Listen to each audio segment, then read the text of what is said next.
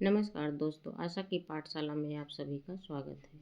आइए बच्चों, आज मैं आप सबको कक्षा 4 फुलवारी कार्य पुस्तिका पाठ 18 मोहम्मद साहब कैसे भरना है आप सभी को बताते हैं। पहला प्रश्न है बच्चों, दिए गए शब्दों को उनके अर्थ से मिलाइए। पहला है जन्नत। जन्नत का अर्थ है स्वर्ग। अगला है उपासना। उपासना का जो है मिलान हम पूजा में करेंगे। अगला है रोजी। रोजी का मिलान हम कमाई में करेंगे। अगला है प्रलोभन। प्रलोभन का मिलान हम लालच में करेंगे ला करके। अगला है कलाम। कलाम का मिलान हम कथन में करेंगे। नेक्स्ट है धरोहर। धरोहर का मिलान करेंगे अमानत में रखी वस्तु। दूसरा प्रश्न देखते हैं बच्चों। दूसरा प्रश्न है निम्नलिखित प्रश्नों के उत्तर लिखिए। पहला है हजरत मोहम्मद साहब का जन्म कहाँ हुआ था।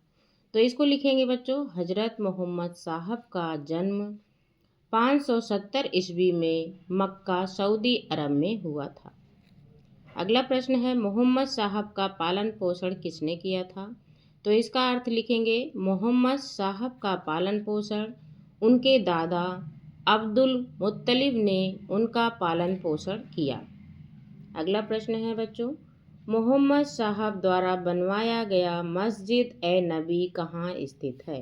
तो इसका उत्तर लिखेंगे मस्जिद ए नबी मदीना सऊदी अरब में स्थित है। अगला प्रश्न देखते हैं, हजरत मोहम्मद साहब द्वारा दिए गए संदेशों को संक्षेप में लिखें। तो इसको बच्चों थोड़ा सा संक्षेप में हमको लिखना है। तो आइए बताते हैं कैसे आप लोग लिखेंगे। मोहम्मद साहब ने मानवता को प्रेम, शांति, भाईचारा और सहिष्णुता का संदेश दिया। उन्होंने बताया कि सभी मनुष्य समान हैं और कोई भी जाति या व्यक्ति किसी से श्रेष्ठ नहीं है। आइए अगला प्रश्न देखते हैं बच्चों। अगला प्रश्न है हजरत मोहम्मद साहब के जीवन से संबंध रखने वाले व्यक्तियों व स्थानों के नाम लिखिए। तो एक तरफ बच्चों दिया गया है व्यक्ति और दूसरा तरफ दिया है स्थान। तो आमिना हजरत मोहम्मद साहब की माता थी। अब्दुल्लाह पिता थे। अबू तालिब चाचा जी थे जिन्होंने इनकी परवरिश की थी। खलीदा विंद मुआलिद खुवालिद इनकी पहली पत्नी थी। और इनका जो है स्थान मक्का जन्म स्थान था। मदीना वह स्थान जहां मोहम्मद साहब ने हिजरत की और जहां उनका निधन हुआ। तो बच्चों ये भर लेंगे। आइए अगले प्रश्न पर चलते हैं। अगला प्रश्न है विलोम शब्द लिखिए। एक तरफ बच्चों शब्द दिया गया है, दूसरी तरफ उसका विलोम, उसको हमको लिखना है। सहयोग, सहयोग का विलोम होगा असहयोग। निश्चय, अनिश्चय। धर्म, अधर्म। शांति, अशांति। विश्वसनीय, अविश्वसनीय। देश, विदेश। आइए अगला प्रश्न देखते हैं प्यारे बच्चों। अगला प्रश्न है प्रश्न नंबर 5, दिए गए मुहावरों को वाक्यों में प्रयोग कीजिए। तो पहला है मुहावरा कर भला तो हो भला। इसका जो है वाक्य प्रयोग करेंगे हमें हमेशा दूसरों का भला करना चाहिए क्योंकि कर भला तो हो भला। अगला है नेकी कर दरिया में डाल। मैंने एक बच्चे को खाना खिलाया और फिर भूल गया क्योंकि मैंने सुना है कि नेकी कर दरिया में डाल। अगला है मुहावरा गुदड़ी का लाल।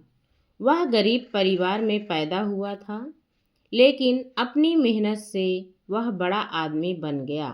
वह सच में गुदड़ी का लाल है। अगला है एक लास्ट, ऊंची दुकान फीका पकवान। दीपक की दुकान का कपड़ा तो ऊंची दुकान फीके पकवान के समान है। ये हो गया बच्चों। आइए अगला और लास्ट प्रश्न देखते हैं। अगला प्रश्न है निम्नलिखित शब्दों का पर्यायवाची शब्द लिखें। पहला है स्त्री। स्त्री का पर्यायवाची होगा बच्चों महिला, नारी, अबला, वनिता। जंगल, जंगल का पर्यायवाची है वन, कानन, अरण्य, विपिन। चंद्रमा, चंद्रमा की पर्यायवाची जानते हैं बच्चों, चांद, शशि, राकेश, इंदु। किताब, किताब की पर्यायवाची है पुस्तक, ग्रंथ, पोथी, विद्यासागर। तो बच्चों उम्मीद करती हूँ आपको ये पाठ अच्छे से समझ में आ गया होगा। पाठ 18 मोहम्मद साहब। तो आपको ऐसी ही वीडियो अच्छी अच्छी मिलती रहेगी। अगर हमारे चैनल पर नए हैं तो हमारे चैनल को सब्सक्राइब करें और कमेंट करके ज़रूर बताएं आपको ये वीडियो कैसा लगा। मिलते हैं अगले वीडियो में, तब तक के लिए बाय बाय।